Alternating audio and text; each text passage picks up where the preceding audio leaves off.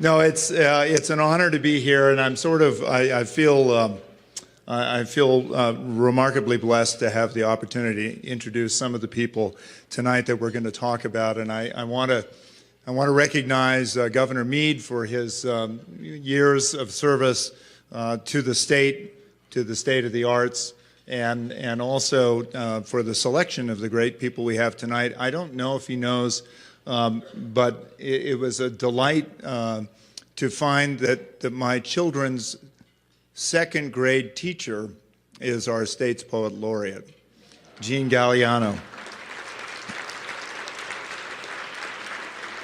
So for those of you who don't know Jean, let me just, you saw a little bit of his wit and his energy tonight, particularly with How Do I Skin a Cat? What I will tell you is that Jean always danced on the desk on his birthday. And the kids thought that was the greatest thing in the world. It really was. And Jean, thank you for that. You made a difference in my kid's life, Jenny's and my kid's life. And, you know, he gave us a sense of poetry at that very early age, which was so critical to making education fun. And I know, Superintendent, you know exactly how important that is. But I will tell you something that's even more important, and that is his wife, Carol. Carol is right there.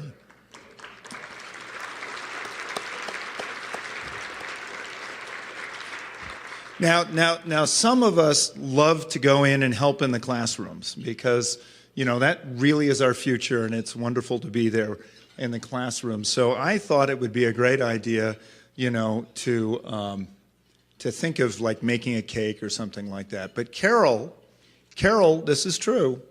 She got people to save large cans and small cans, and there was this apparatus with rubber bands and other things, and before you knew it, the kids had all made ice cream. So there's a little bit of poetry and a little bit of science, and Carol and Jean, thank you very, very much for educating our kids. Thank you. But tonight there is someone in the house who cares a lot about the arts, whose birthday it is as well, and that's Lynn Kirkbride. Lynn, would you please stand up?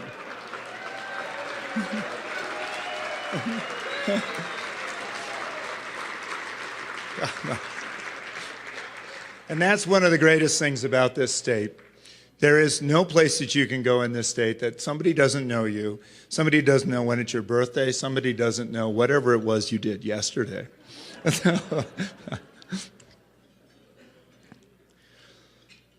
But you know, as I think about this evening and how important it is to Wyoming, and I've had the opportunity to do this a couple of times, but I think about Wyoming and our arts and our culture. And you know, a couple of nights ago, I did a tour of Wyoming for just all the great attractions we have. We all know what a beautiful state. It doesn't matter where you are in the state, there is beauty to be found anywhere. Anywhere you go, there's just going to be gorgeous stuff. Anywhere you go, and we just talked about it with Jean Galliano, anywhere you go, there's an artist. I grew up in a little town called Casey, Wyoming. And the guy who did the night calving, waiting for the next calf to come, would draw beautiful pictures of, you know, the dogs going out and gathering up cows, or he'd draw a picture of the sunset. My mother was an artist as well. She took photographs, and it just, you know, to see our landscape as it has continued to be gorgeous and beautiful over the years, it just was incredible. And then you start to see, I used to serve on something called the U-Cross Foundation. You're gonna find me talking a lot about Sheridan because that's kind of up in my neighborhood. So, you know, the U-Cross Foundation is one of the premier artist in residence programs, and it's brought enormous attention to Wyoming's art scene. I always loved it because when I was there, we ran the cows on the place, and also I worked for Apache Oil Corporation, and we had a number of artists that came in. And one day, we were doing our branding, And there was a photographer, a couple of photographers, and so our branding crew were being tough, and they were saying, oh, here are some of these artists, you know, they've got cameras, they want to take pictures, and so on and so forth. We started talking. And before you knew it, these were two prisoners of war in Iraq who had just gotten out, gotten a fellowship at UCross, and were engaged with these tough cowboys. And we were talking about art and the role that art plays in our world. And one of my great friends is here too, Nelji. And Nelji, not too far away, has another artist in residence program, Gentel. And wonderful art is done there as well. You look at the Bradford Brinton in Sheridan, or you look at the Wyo Theater. Just keep going around the state. We have the Buffalo Bill, and Naomi Tate is down there, and the new director, executive director of the Buffalo Bill Historical Center, which has not only phenomenal artworks that we all have seen in books and in postcards and rendered all around the world, but we also see the great Indian artworks that just are the Native American works that are just phenomenal. You can go over the hill there, and I'm going to do it again. I'm sorry. You can go over the hill, and there's the museum, the Wildlife Museum in Jackson Hole, a phenomenal building in and of itself, but great artwork that's there as well. You can head down to Kemmerer and the Strand Theater and see the great things that have been done down in the Strand Theater. Go over to Rock Springs Broadway Theater. Great artwork and great cultural events, dance and other things are going on, plays. Go on up to Riverton. Go anywhere in this state. Casper, the Nicolaitan Art Museum. Down here at the Cheyenne Civic Center, where we have great cultural events. And you can see that no matter where you go in Wyoming, there is enormous variety and a great deal of talent that's on display. And tonight, we're going to honor a few of Wyoming's great artists. And tonight in the house, and let's give them another round of applause, we have former winners of the Governor's Arts Awards. Let's give them another quick round of applause.